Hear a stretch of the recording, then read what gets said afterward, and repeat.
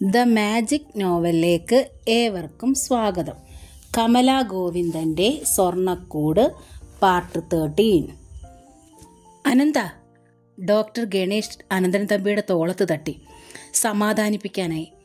അതിനു പോലും കഴിയാതെ നിന്നു ഗംഗ. വിഭ്രാന്തിയായിരുന്നു അവൾക്ക്. പെട്ടെന്നൊരു നാൾ ഒരാൾ ഭർത്താവിൻ്റെ അച്ഛനാണെന്നറിയുക. അറിയുമ്പോഴേക്കും ആൾ മരിച്ചു പോവുക. എന്തൊരു ദുർഭാഗ്യമാണ്. അനന്ത പ്ലീസ്. ഡോക്ടർ ഗണേഷ് വീണ്ടും അനന്തൻ തമ്പിയുടെ തോളത്ത് തട്ടി അയാളെ പിടിച്ചെഴുന്നേൽപ്പിച്ചു. എല്ലാം തീർന്നടാ. ഇനി എനിക്ക് ആരാ ഇനി എനിക്കുള്ളത്? അനന്ത, നീ ഇത്രയ്ക്ക് സില്ലിയാകാതെ. നീ തന്നെയാണോ ഇങ്ങനെയൊക്കെ പറയുന്നത്? അനന്തൻ തമ്പിയെ ചേർത്ത് പിടിച്ച് ഡോക്ടർ ഗണേഷ് തെല്ല് വിസ്മയത്തോടെ സാന്ത്വനിപ്പിച്ചു. നീ ഇത്രയ്ക്ക് പാവമാണെന്ന് ഞാൻ കരുതിയില്ലല്ലോടാ. അനന്തൻ തമ്പി അപ്പോൾ സത്യമായും തീരെ പാവത്താനായിരുന്നു. എല്ലാം നഷ്ടപ്പെട്ട നിരാലംബനാക്കപ്പെട്ട ഒരു കുട്ടി. ഡോക്ടർ ഗണേഷ് അനന്തൻ തമ്പിയെ ചേർത്ത് പിടിച്ചുകൊണ്ട് തന്നെ റൂമിന് പുറത്തേക്കിറങ്ങി. കട്ടിലിൽ കിടക്കുന്ന ചലനമറ്റ ദേഹത്തെ ഒന്നുകൂടി നോക്കിയിട്ട് ഗംഗ അവരെ പിന്തുടർന്നു. നീ ഇനി കരയുകയല്ല വേണ്ടത്. എനിക്കറിയാം, നിന്റെ ഡാഡിക്ക് വേണ്ടി ഒരു മകനെന്ന നിലയിൽ ചെയ്യാവുന്ന എല്ലാ കടമകളും ഏറ്റവും നന്നായി തന്നെ നീ ചെയ്തിട്ടുണ്ടെന്ന്. എത്രയേറെ തിരക്കുണ്ടെങ്കിലും നീ ഒരു ദിവസത്തിൽ ഒരു തവണയെങ്കിലും ഈ ഹോസ്പിറ്റലിൽ വരികയും നിന്റെ ഡാഡിയെ കാണുകയും ചെയ്തിട്ടുണ്ട്. നിന്റെ ഡാഡി ആഹാരം കഴിച്ചു ഒന്നുപോലും ഒരു ദിവസം പോലും നീ ചോദിക്കാത്ത ദിവസങ്ങളില്ല. എനിക്കറിയാം. ഒരച്ഛൻ ജീവിച്ചിരിക്കെ ഏറ്റവും ഭംഗിയായി അച്ഛനോടുള്ള കടമകൾ ഒന്നുപോലും ബാക്കി വയ്ക്കാതെ ചെയ്തു തീർത്തിട്ടുള്ള ഒരു മകന് ആ അച്ഛൻ്റെ ശ്വാസം നിലയ്ക്കുമ്പോൾ ഒട്ടും സങ്കടപ്പെടേണ്ടതില്ല നന്ദ. ഒട്ടും മനപ്രയാസപ്പെടുകയും വേണ്ട. നിന്നെ സംബന്ധിച്ചിടത്തോളം അക്കാര്യത്തിൽ 100% നീ പുണ്യം ചെയ്തിരിക്കുന്നു. ഞാനല്ലേ പറയുന്നത്? അതുകൊണ്ട് നീ തളരരുത്. ഒട്ടും. അരികിൽ കേട്ടു നിൽക്കുകയായിരുന്നു ഗംഗ. നീ ഇപ്പോൾ ഇനി ചെയ്യേണ്ടത് ഒന്നു മാത്രമാണ്. എത്രയൊക്കെ നീയോ ഞാനോ പരിചരിച്ചെങ്കിലും ഏറ്റവും ദുരന്തപൂർണമായൊരു മരണം തന്നെയായിരുന്നു നിന്റെ ഡാഡിക്ക്. ഇനി ഏറ്റവും ആദരവോടെ തന്നെ ആ മനുഷ്യൻ്റെ സംസ്കാര ചടങ്ങുകൾ നടത്തുക. ആത്മാവിന് വേണ്ടി പ്രാർത്ഥിക്കുക. വേണ്ടുന്ന കർമ്മങ്ങൾ ചെയ്യുക. എല്ലാം ഞാൻ ഏർപ്പാട് ചെയ്യാം. നീയും ഗംഗയും വീട്ടിലേക്ക് പൊയ്ക്കോളൂ. നിന്റെ ഡാഡിയുടെ മൃതശരീരം എത്രയും വേഗം നിന്റെ വീട്ടിൽ ഞാൻ തന്നെ എത്തിക്കും. പോരെ? അത്യന്ത ആത്മാർത്ഥതയോടെയാണ് ഡോക്ടർ ഗണേഷ് പറഞ്ഞത്. ഗംഗയ്ക്ക് മനസ്സിലായി, ഡോക്ടർ ഗണേഷ് അനന്തൻ തമ്പിയുടെ ആത്മാർത്ഥ സുഹൃത്ത് മാത്രമല്ല, മനസാക്ഷി സൂക്ഷിപ്പുകാരൻ കൂടിയാണെന്നും. ഡോക്ടർ ഗണേഷ് പറയുന്നത് കേട്ടതല്ലാതെ അനന്തൻ തമ്പി മറുപടി ഒന്നും പറഞ്ഞില്ല. അയാൾ മെല്ലെ മുന്നോട്ട് നടന്നു. അനന്തൻ തമ്പി കാറിനുള്ളിലേക്ക് കടന്നിരുന്നു.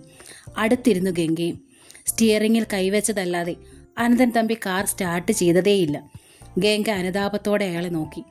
സ്റ്റിയറിങ്ങിൽ വെച്ചിരിക്കുന്ന കയ്യിൽ അവൾ തൻ്റെ കൈപ്പത്തി ചേർത്ത് വെച്ചു. അസഹ്യമായ സങ്കടം കൊണ്ട് ആ നെഞ്ച് പിടയ്ക്കുകയാണെന്ന് അവൾക്ക് മനസ്സിലായി. അവൾ അയാളോട് ചേർന്നിരുന്നു.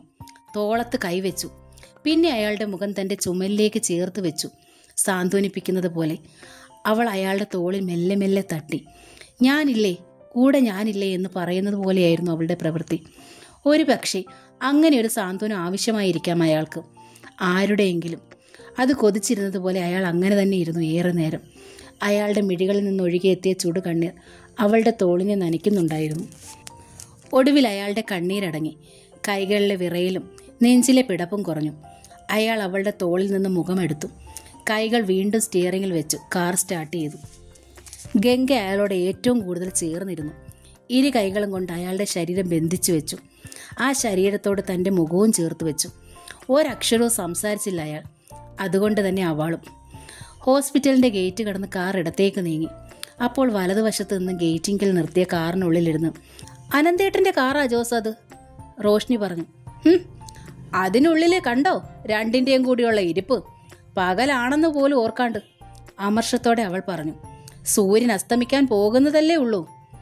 അവർ തന്നെ, ഞാനും കണ്ടു, ജോസ് പറഞ്ഞു. അവർ ഡാഡിയെ കണ്ടിട്ട് വരികയാവും, റോഷ്നി പറഞ്ഞു. പിന്നല്ലാതെ, അവൻ്റെ ഒരു ഭ്രാന്തൻ തന്ത, ജോസ് പല്ല് കടിച്ചു. ആ തന്ത തൊലയാതെ ഒന്നും നടക്കില്ല. ഡാഡി മരിക്കാനോ? റോഷ്നി ജോസിനെ നോക്കി. ഓ, നീ സെൻറ്റി അടിക്കുവാണോ? ജോസ് പരിഹസിച്ചു. റോഷ്നി മുഖം കുനിച്ചു. നീ ഹോസ്പിറ്റലിലേക്ക് പോയിക്കോ, ജോസ് പെട്ടെന്ന് പറഞ്ഞു. ഡാഡിയെ കണ്ടിട്ട് വീട്ടിലേക്ക് പോയിക്കോ, ഞാനിവിടെ ഇറങ്ങുവാ. ജോസ് എവിടേക്കാ? റോഷ്നി അമ്പരന്നു. ഒരത്യാവശ്യമുണ്ട്, വന്നിട്ട് പറയാം. ഇതിലേയും ചുറ്റി നടക്കരുത്. കണ്ട ബാറിൽ കയറി ബോധം കെട്ട് കിടക്കുകയായിരുന്നു. സന്ധ്യയ്ക്ക് മുമ്പ് വീട്ടിലെത്തണം, റോഷ്നി പറഞ്ഞു. ആ, ജോസ് സമ്മതിച്ചു. അല്ല, ഇവിടെ വരെ വന്നിട്ട് പെട്ടെന്ന് ഇങ്ങനെ തോന്നാൻ എന്താ കാര്യം? ഒക്കെയുണ്ട്, നീ കാറ് വിട്ടോ, ജോസ് പറഞ്ഞുകൊണ്ട് ഇറങ്ങി. റോഷ്നി ഡ്രൈവിംഗ് സീറ്റിലേക്ക് നീങ്ങിയിരുന്നു. കാർ ഹോസ്പിറ്റലിനുള്ളിലേക്ക് വിട്ടു. പോർച്ചിൽ കാർ നിന്നു. റോഷ്നി നേരെ ഡോക്ടർ ഗണേഷിൻ്റെ ഡ്യൂട്ടി റൂമിലേക്ക് ചെന്നു. റോഷ്നിയെ കണ്ട് ഡോക്ടർ ഗണേഷ് വിളറിപ്പോയി. ഇവൾ കാണാൻ വന്നയാൾ ജഡമായി കഴിഞ്ഞു. പക്ഷെ അത് ഈ സ്ത്രീ അറിയണോ? അനന്തൻ അക്കാര്യം ഒന്നും പറഞ്ഞതുമില്ല. ഡോക്ടർ, ഞാൻ, റോഷ്നി പറയാനാഞ്ഞു. ഡാഡിയെ കാണണം അല്ലേ? ഡോക്ടർ ഗണേഷ് ചോദിച്ചു. ഉവ്വ്. എന്തേ വിശേഷിച്ച്? ഡോക്ടർ ഗണേഷ് ചിരിക്കുന്നതായി ഭാവിച്ചു. വിശേഷിച്ചൊന്നുമില്ല, ഇതുവഴി പോയപ്പോൾ കയറിയതാണ്. ശരി, ഒരു 3/4 മണിക്കൂർ സമയം ഇരിക്കണം. തലയ്ക്കുള്ളിൽ വേദനയുണ്ടെന്ന് പറഞ്ഞു. സ്കാൻ ചെയ്യുകയാണ്. അത് കഴിയുമ്പോൾ കാണാം. 3/4 മണിക്കൂറോ? റോഷ്നി വാച്ചിൽ നോക്കി. അത്രയും സമയം റോഷ്നി ഇരിക്കില്ലെന്ന് കണക്കുകൂട്ടി തന്നെയാണ് ഡോക്ടർ ഗണേഷ് ആ കള്ളം പറഞ്ഞത്. അതേറ്റു.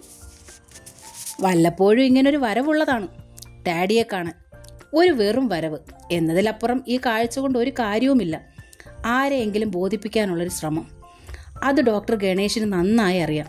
റോഷ്നി തിരിച്ചിറങ്ങി കാറിൽ കയറി. റോസ്വില്ലയുടെ പോർച്ചിൽ കാർ നിർത്തി ഇറങ്ങി. മമ്മിയും ഡാഡിയും മോഹനും ഉണ്ടായിരുന്നു ഹാളിൽ. അവർ മ്യൂസിക് ചാനലിൻ്റെ മുമ്പിലാണ്. റോഷ്നി മമ്മിക്കരികിൽ ചെന്നിരുന്നു. മോളെന്താ ഇത്ര വൈകിയത്? മമ്മി ചോദിച്ചു. എന്നിട്ട്? മമ്മി ചോദിച്ചു.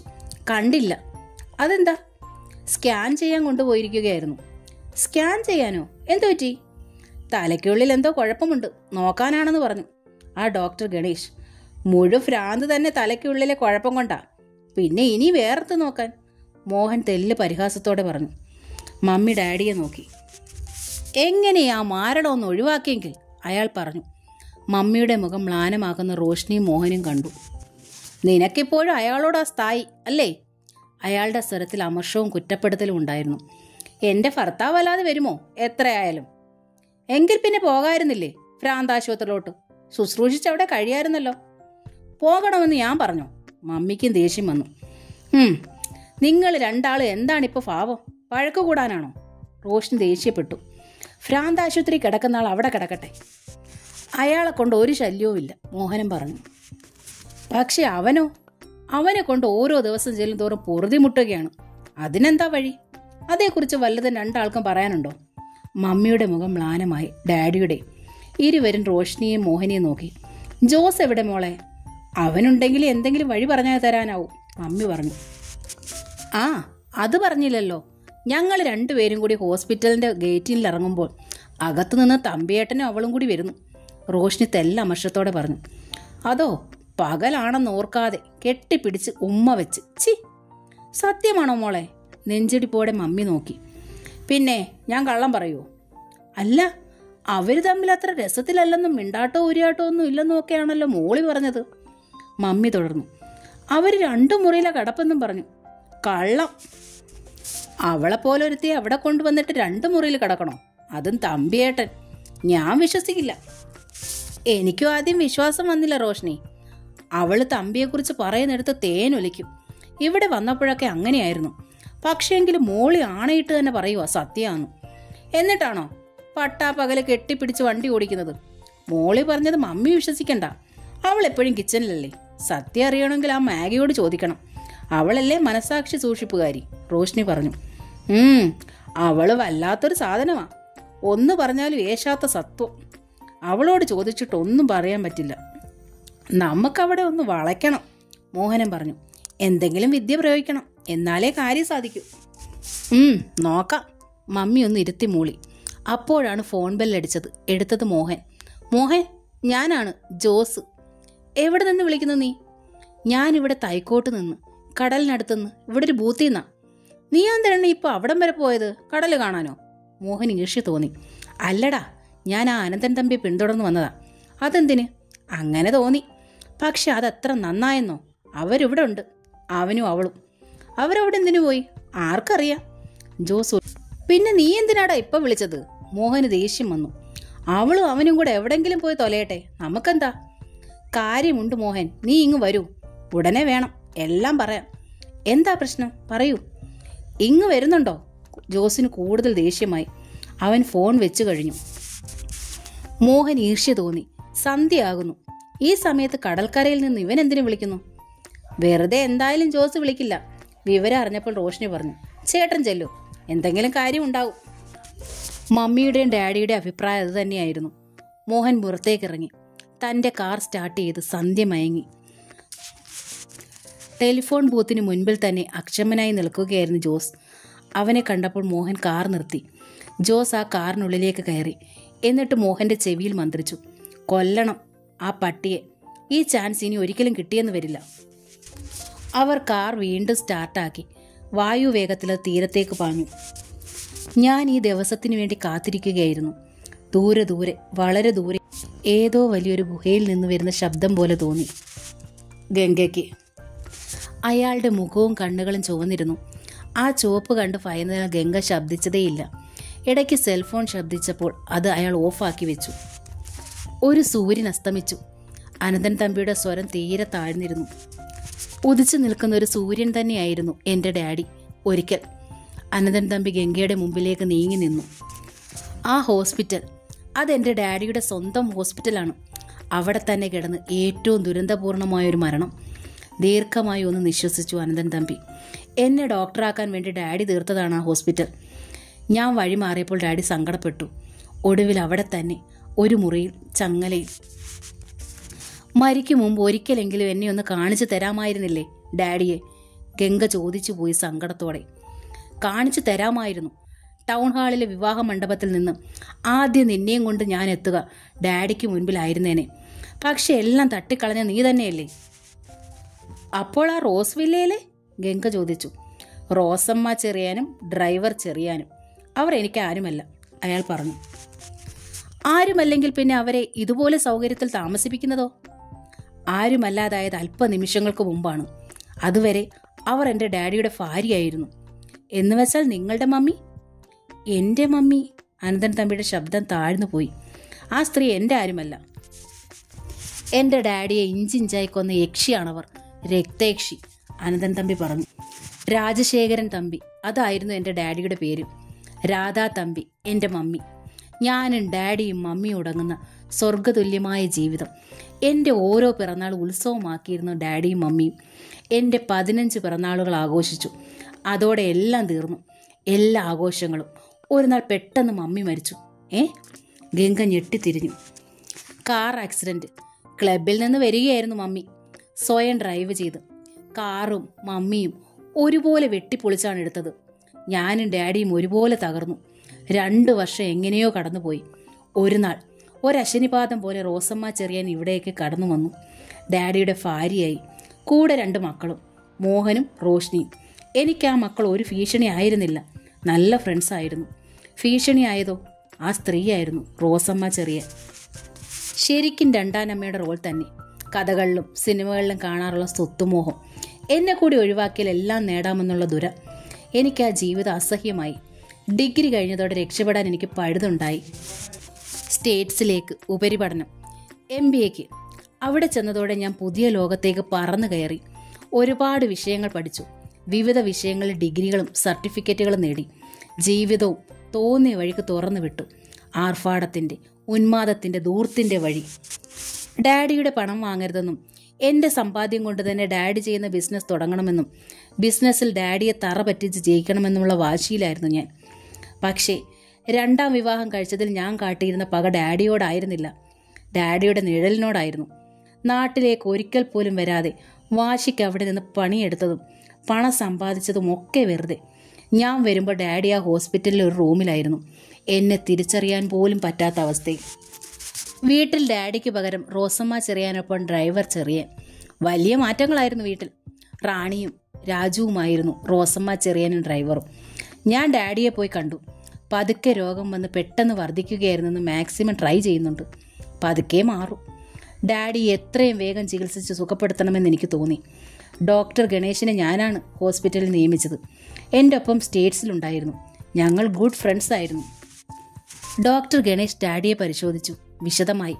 ബ്ലഡും യൂറിനും ഹാർട്ടും ലിവറും മുതൽ ബ്രെയിൻ വരെ. ഒടുവിൽ ഞെട്ടിപ്പിക്കുന്ന സത്യം വെളിപ്പെട്ടു. സ്ലോ പോയ്സൺ ആണ് കാരണം. ഭ്രാന്തായത് യാദൃച്ഛികം, ദൈവത്തിൻ്റെ വിക്രിയ. കൊല്ലാനായിരുന്നു പ്ലാൻ. പക്ഷേ കുറേ മരുന്ന് അകത്ത് ചെന്നപ്പോഴേക്കും ശരീരം റിയാക്ട് ചെയ്തത് ഇങ്ങനെയാണ്.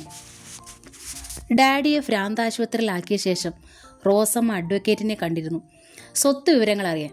പക്ഷേ സ്വന്തം ഉച്ചിയിൽ തൊട്ട് ഉദരക്രിയ നടത്തുകയായിരുന്നെന്ന് റോസമ്മയ്ക്ക് മനസ്സിലായതും ഞെട്ടിയതും അപ്പോഴാണ്. രാജശേഖരൻ തമ്പുരായുടെ സകല സ്വത്തും, അന്നുണ്ടായിരുന്ന ഓരോ അനന്ത ടെക്സ്റ്റൈൽസും അനന്ത ജുവലറി ഉൾപ്പെടെ എല്ലാം എൻ്റെ പേരിലേക്ക് എഴുതി വിൽപ്പത്രം തയ്യാറാക്കി രജിസ്റ്റർ ചെയ്തിരുന്നു. എൻ്റെ 15ാം പിറന്നാളിന് മുമ്പ് തന്നെ, മമ്മിയുടെ മരണത്തിന് മുമ്പ്. മമ്മി ഡാഡിയോട് പറഞ്ഞു ചെയ്യിച്ചതാണ്. തൻ്റെ മരണം മുൻകൂട്ടി കണ്ട് മകൻ്റെ രക്ഷയ്ക്ക് വേണ്ടി ചെയ്തതാകാം. പക്ഷെ അത് ഞാൻ പോലും അറിയുന്നത് അഡ്വക്കേറ്റ് പറയുമ്പോഴാണ്. അതോടെ ഞാൻ ഉയർത്തെഴുന്നേൽക്കുകയായിരുന്നു. സ്റ്റേറ്റ്സിൽ നിന്ന് തിരികെ വന്ന എനിക്ക് ഇവിടെ വലിയ സ്ഥാനമില്ലാത്തതുപോലെയായിരുന്നു ആദ്യം ഞാൻ തന്നെ പെരുമാറിയിരുന്നത്. പിന്നെ ആ സ്ഥാനം ഞാൻ ഉറപ്പിക്കാൻ ശ്രമിച്ചു. റോസമ്മ പക്ഷെ തിരിച്ചായിരുന്നു. പോകും മുമ്പ് കാട്ടിയ പോരോ വേർതിരിവോ വന്നപ്പോഴില്ല. എന്ന് മാത്രമല്ല, അതിര് കവിഞ്ഞ സ്നേഹപ്രകടനം. അതെന്തിനു വേണ്ടിയാണെന്ന് മനസ്സിലായി. പൊന്മുട്ടയിടുന്ന താറാവിനെ കഴുത്ത് ഞെരിച്ചു കൊന്ന വിഡ്ഢിത്തമായിരുന്നു ഡാഡിയിൽ അവർ ചെയ്തത്. സ്ലോ പോയിസൺ നൽകി ഡാഡിയെ കൊന്നാൽ സ്റ്റേറ്റ്സിൽ നിന്ന് ഞാൻ വരുന്നതിന് മുമ്പേ എല്ലാം എങ്ങനെയും കൈക്കലാക്കാമെന്നുള്ള ഗൂഢാലോചനയായിരുന്നു. മരിക്കാറാവുമ്പോൾ ഡാഡിയിൽ നിന്ന് തന്നെ എല്ലാം വെള്ളത്തിലാക്കി. സ്വത്തുക്കളും എൻ്റെ പേരിലും. എന്നെ പാട്ടിലാക്കാനായിരുന്നു പിന്നെ ശ്രമം. അതിനവർ കരുവാക്കിയത് റോഷ്നിയെയും. ഡാഡിയുടെ 2ാം ഭാര്യയ്ക്ക് വേറൊരുവനിലുണ്ടായ മകളാണവൾ. സഹോദരി എന്ന് പറയാമെന്നല്ലേ ഉള്ളൂ, പക്ഷെ അവൾ സഹോദരി അല്ലല്ലോ. റോഷ്നി എൻ്റെ ഭാര്യയായാലോ സ്വത്തുക്കൾ അപ്പാടെ കിട്ടുന്നതിന് തുല്യമല്ലേ അത്? റോഷ്നി എന്നോട് അലിവും സ്നേഹവും കാട്ടിയപ്പോൾ പക്ഷെ ഞാൻ ഈ ഗൂഢാലോചന അറിഞ്ഞില്ല. ഞാൻ സ്റ്റേറ്റ്സിലേക്ക് പോകും മുമ്പും റോഷ്നി എനിക്കൊരു നല്ല സുഹൃത്തോ സഹോദരിയോ ആയിരുന്നു. അങ്ങനെ തന്നെ തുടരാനായിരുന്നു എനിക്കിഷ്ടവും. റോസമ്മയോടുള്ള അനിഷ്ടം റോഷ്നിയോടോ മോഹനോടോ എനിക്കില്ലായിരുന്നു താനും. പക്ഷേ ഒരു നാൾ അവൾ എൻ്റെ കിടക്കയിൽ നുഴഞ്ഞു കയറി വന്നപ്പോൾ എനിക്ക് എന്നോട് തന്നെ വെറുപ്പായി. ഈ ലോകത്തോട് തന്നെ വെറുപ്പായി. സ്റ്റേറ്റ്സിൽ വെച്ച് തന്നെ ഞാൻ സുന്ദരിമാരായ മദാമ്മമാരോടൊത്ത് ശയിച്ചിട്ടുണ്ട്. ഞാൻ ആ കാര്യത്തിൽ ഒട്ടും മോശവുമല്ല. ഇവിടെ എത്തിയിട്ട് ഞാനതിൽ പിന്നോക്കം നിൽക്കുന്നുമില്ല. പക്ഷേ റോഷ്നി, അവൾ മറ്റൊരു മാതാപിതാക്കളുടെ മകളാകാം, രക്തബന്ധമില്ലായിരിക്കാം. ഒരു പക്ഷേ കണ്ട നാൾ മുതൽ എൻ്റെ മനസ്സ് അവളെ എനിക്കില്ലാതെ പോയ സഹോദരിയുടെ സ്ഥാനത്ത് നിർത്തിപ്പോയിരിക്കാം. അതുകൊണ്ട് ഞാൻ അവളെ തല്ലി, അലറി വിളിച്ചു, ആട്ടിപ്പായച്ചു. അവളോടുള്ള വാശിക്ക് ഞാൻ അവർക്ക് മുൻപിൽ മറ്റു പെൺകുട്ടികളെ കൊണ്ടുവന്നു. എങ്കിലും എന്നും റോസമ്മ റോഷ്നിക്ക് പച്ചക്കൊടി കാണിച്ചു. 2ആളും അടുത്തപ്പോഴാണ് ജോസുമായി അവളുടെ വിവാഹം നടന്നത്. അതോടെ എന്നെ ഇല്ലാതാക്കാൻ അവർ ശ്രമം തുടങ്ങി. സ്വത്തിൻ്റെയും അവരുടെ ഇടയ്ക്കുള്ള ഏക തടസ്സം ഞാനാണല്ലോ. ഒരു വൈകുന്നേരം ഞാൻ വീട്ടിലെത്തി. ഞാൻ അതിനു മുമ്പ് തന്നെ എല്ലാ ബിസിനസ്സുകളും ഏറ്റെടുത്ത് കഴിഞ്ഞിരുന്നു. ജോസും മോഹനും ജുവലറിയിലും ഫേബ്രിക്സിലും മാനേജറായി ജോലി നോക്കിയിരുന്നു. ഡ്രൈവർ എല്ലാറ്റിൻ്റെ MD ആയി നടിച്ച് എല്ലാവരെയും ശാസിക്കുകയും പണിയെടുപ്പിക്കുകയും ചെയ്തുകൊണ്ടിരുന്നു. ഞാൻ ബിസിനസ് വിപുലപ്പെടുത്തിക്കൊണ്ടിരിക്കുമ്പോഴാണ് ഒരു ജുവലറിയും ഫേബ്രിക്സും എന്നത് 2 ജുവലറിയും 2 ഫേബ്രിക്സുമായി കഴിഞ്ഞിരുന്നു. റോസമ്മയ്ക്ക് ചെറിയാനും പണത്തോട് അത്യന്തം ആർത്തി പിടിച്ചിരുന്ന കാലം. വൈകുന്നേരം ഒരു പാർട്ടിയിൽ പങ്കെടുക്കണം. കുളിച്ചൊന്ന് ഫ്രഷാകാനാണ് ഞാൻ വീട്ടിലെത്തിയത്. അവിടെ മറ്റാരും ഉണ്ടായിരുന്നില്ല. എല്ലാവരും മറ്റെവിടെയോ പോയി. പണിക്കാരി മേരി എത്തി നോക്കി. മേരി, ഒരു ചായ, ഞാൻ പറഞ്ഞു, നല്ല ചൂടോടെ. ഞാൻ കുളി കഴിഞ്ഞ് വരുമ്പോൾ മേരി ചായയുമായി വന്നു. ചായ ചുണ്ടോടെ അടുപ്പിച്ചപ്പോഴാണ് എൻ്റെ മമ്മിയാകാം ഉള്ളിലിരുന്ന് ആപൽ സൂചന തന്നത്. ഞാൻ സംശയത്തോടെ ശ്രദ്ധിച്ചു. ചായയ്ക്ക് നിറവ്യത്യാസം പോലെ. ചായയുടെ അല്ലാത്തൊരു ഗന്ധവും ആവിയിലൂടെ എൻ്റെ മൂക്ക് പിടിച്ചെടുത്തു. എൻ്റെ ജീവിതത്തിലെ 2ാം ജന്മത്തിൻ്റെ നിർണായക നിമിഷമായിരുന്നു അത്. ഞാൻ മേരിയെ തിരികെ വിളിച്ചു. 30 കഴിഞ്ഞ മാദകത്വം തോന്നിക്കുന്ന അവൾ എന്നെ നോക്കി ഹൃദ്യമായി ചിരിച്ചു. ആരാണ് ഈ ചായ എടുത്തത്? അവളുടെ വശ്യമായ ചിരി അവഗണിച്ച് ഞാൻ അവളുടെ കണ്ണുകളിലേക്ക് നോക്കി. ആ കണ്ണുകളിൽ പ്രകടമായ പരിങ്ങൾ ഞാൻ ശ്രദ്ധിച്ചു. എൻ്റെ സംശയം ബലപ്പെട്ടു. ആരാണ് ഈ ചായ എടുത്തതെന്ന്? ഞാനാ സാറേ. പാലും പഞ്ചസാരയും വെള്ളവും കൂടാതെ എന്താണ് നീ ചേർത്തത്? വേറൊരു ടേസ്റ്റ് വരുന്നുണ്ടല്ലോ. അത് ഒരു തരി ഏലക്ക പൊടിച്ചിട്ടതാ സാറേ, മേരി പറഞ്ഞു. നല്ല കടുപ്പത്തില്ല സാറേ ഞാൻ എടുത്തത്. അതങ്ങ് കുടിച്ചാട്ടെ. കടുപ്പം കൂടിയിട്ടാ നിറവ്യത്യാസം. നിറവ്യത്യാസം ഉണ്ടെന്ന് ആര് പറഞ്ഞു? എൻ്റെ സ്വരം കനത്തു. മേരി വിളറിപ്പോയി. അതോടെ ആ കണ്ണുകളിൽ നടക്കം പാറി. ആരും പറഞ്ഞതല്ല സാറേ, കടുപ്പത്തിൽ അടുത്തത് ഞാനല്ലേ. അതാ സാറേ പറഞ്ഞത്. കുടിച്ചോട്ടെ, അപ്പോഴറിയാം. എന്തറിയാമെന്ന്? നല്ല ചായയാണെന്ന്. ശരി, നല്ല ചായയാണോന്ന് അറിഞ്ഞിട്ട് തന്നെ. ഞാൻ എൻ്റെ ടേബിളിൻ്റെ ഡ്രോ വലിച്ചു. അതിൽ ഞാൻ സൂക്ഷിച്ചിരുന്ന സ്പ്രിങ് കത്തിയെടുത്തു. ഇരുവശവും വാൾത്തല മൂർച്ചയുള്ള ആ കത്തി സ്പ്രിങ് ആക്ഷനോടെ നീണ്ടുവന്നു. മേരി വിറച്ചുപോയി. ഞാൻ അവൾക്ക് നീട്ടി. കുടിക്ക്, എന്നിട്ട് ടേസ്റ്റ് പറയും. അയ്യോ വേണ്ട. മേരി ഭയന്ന് പിന്നോക്കം നീങ്ങി. കുടിക്കടി. ഞാൻ ചായയും കത്തി ഒപ്പം നീട്ടി. കുടിക്കടി. ഞാൻ ആ കത്തി അവളുടെ കഴുത്തിൽ ചേർത്ത് വെച്ചു. പൊന്ന് സാറേ, മേരി കൈകൂപ്പി. അതിൽ വിഷമുണ്ട്. കുടിച്ചാൽ ചത്തുപോകുമേ ഞാൻ. അപ്പോൾ ഞാൻ കുടിച്ചാലോ? ചാകും. എന്തിനാടി നീ എന്നെ കൊല്ലുന്നത്? അയ്യോ സാറേ, കൊച്ചമ്മ പറഞ്ഞിട്ടാണേ. ഓഹോ, എനിക്ക് കാശും തന്നു. അനുസരിച്ചില്ലെങ്കിൽ പറഞ്ഞു വിടുമെന്നും പറഞ്ഞു. അനുസരിച്ചതിന് ഞാൻ തരുന്ന ശിക്ഷ എന്താണെന്ന് അറിയാമോ നിനക്ക്? അവൾ വിറച്ചു. ഏത് കൈകൊണ്ടാ നീ കൈക്കൂലി മേടിച്ച് എന്നെ കൊല്ലാൻ ചായയിൽ വിഷം തീർത്തത്? അവൾ വലത് കൈ കാട്ടി. മേശപ്പുറത്ത് വെക്കേ. അവൾ ഭയന്നു. വെക്കടി. ഞാൻ അട്ടഹസിച്ചു.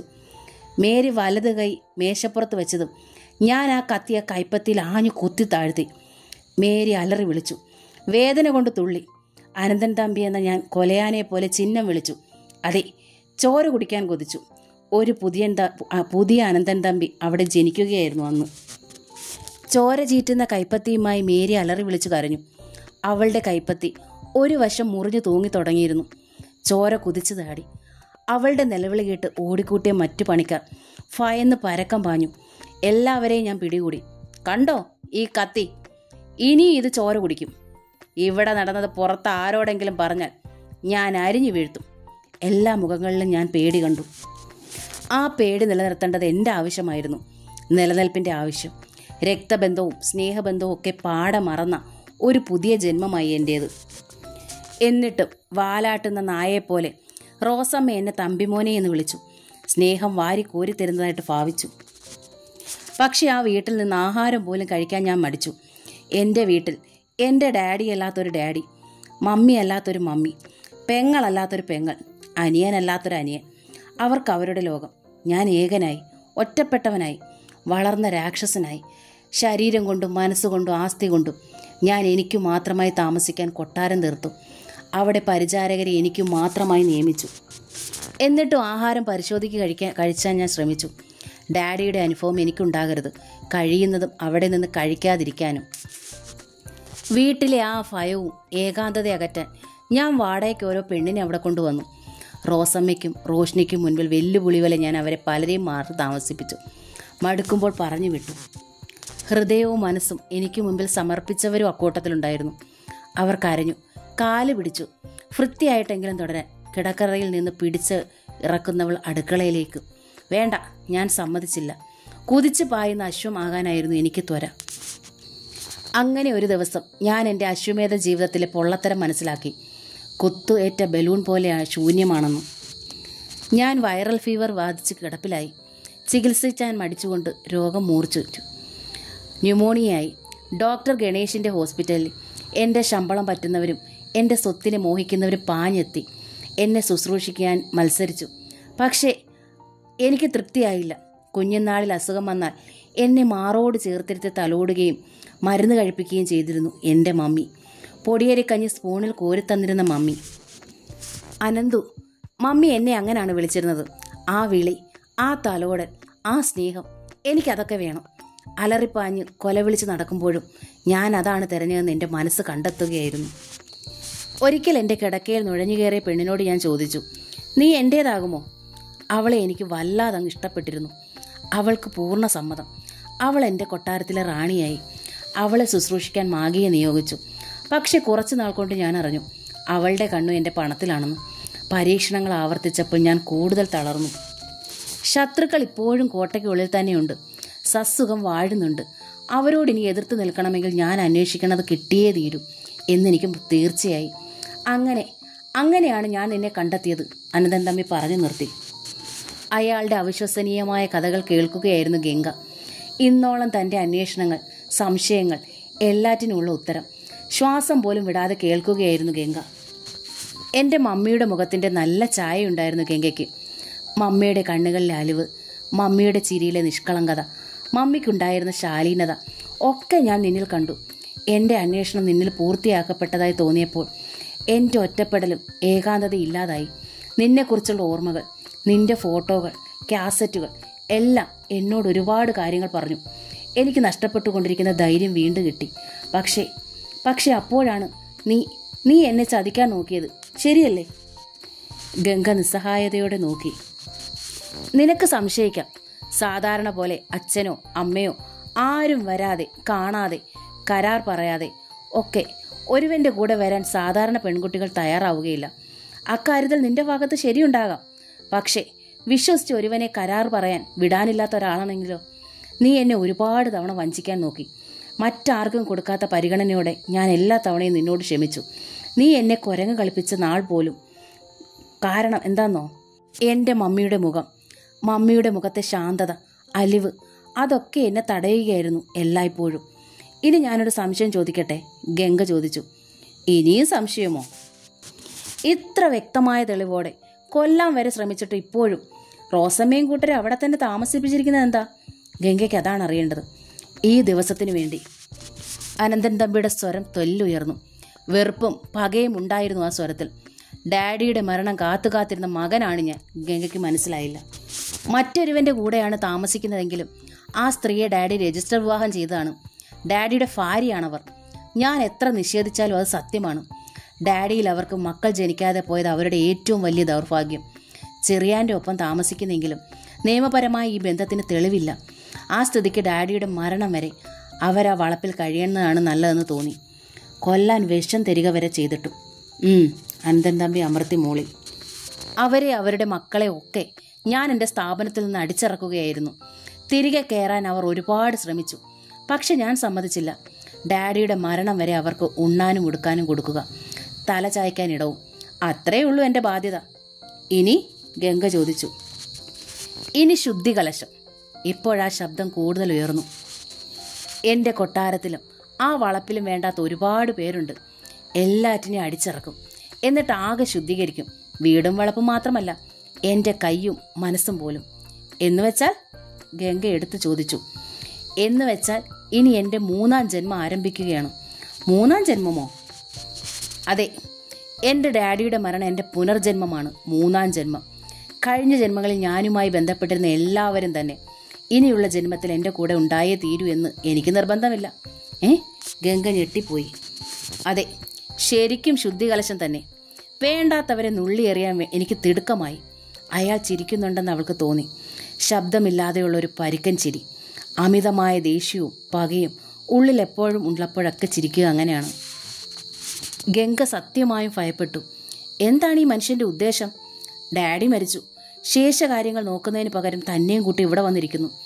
രാത്രി തങ്ങളെ പൊതിഞ്ഞിട്ടും പോകാൻ ഭാവമില്ല. ഇവിടം വിജനമാണ്.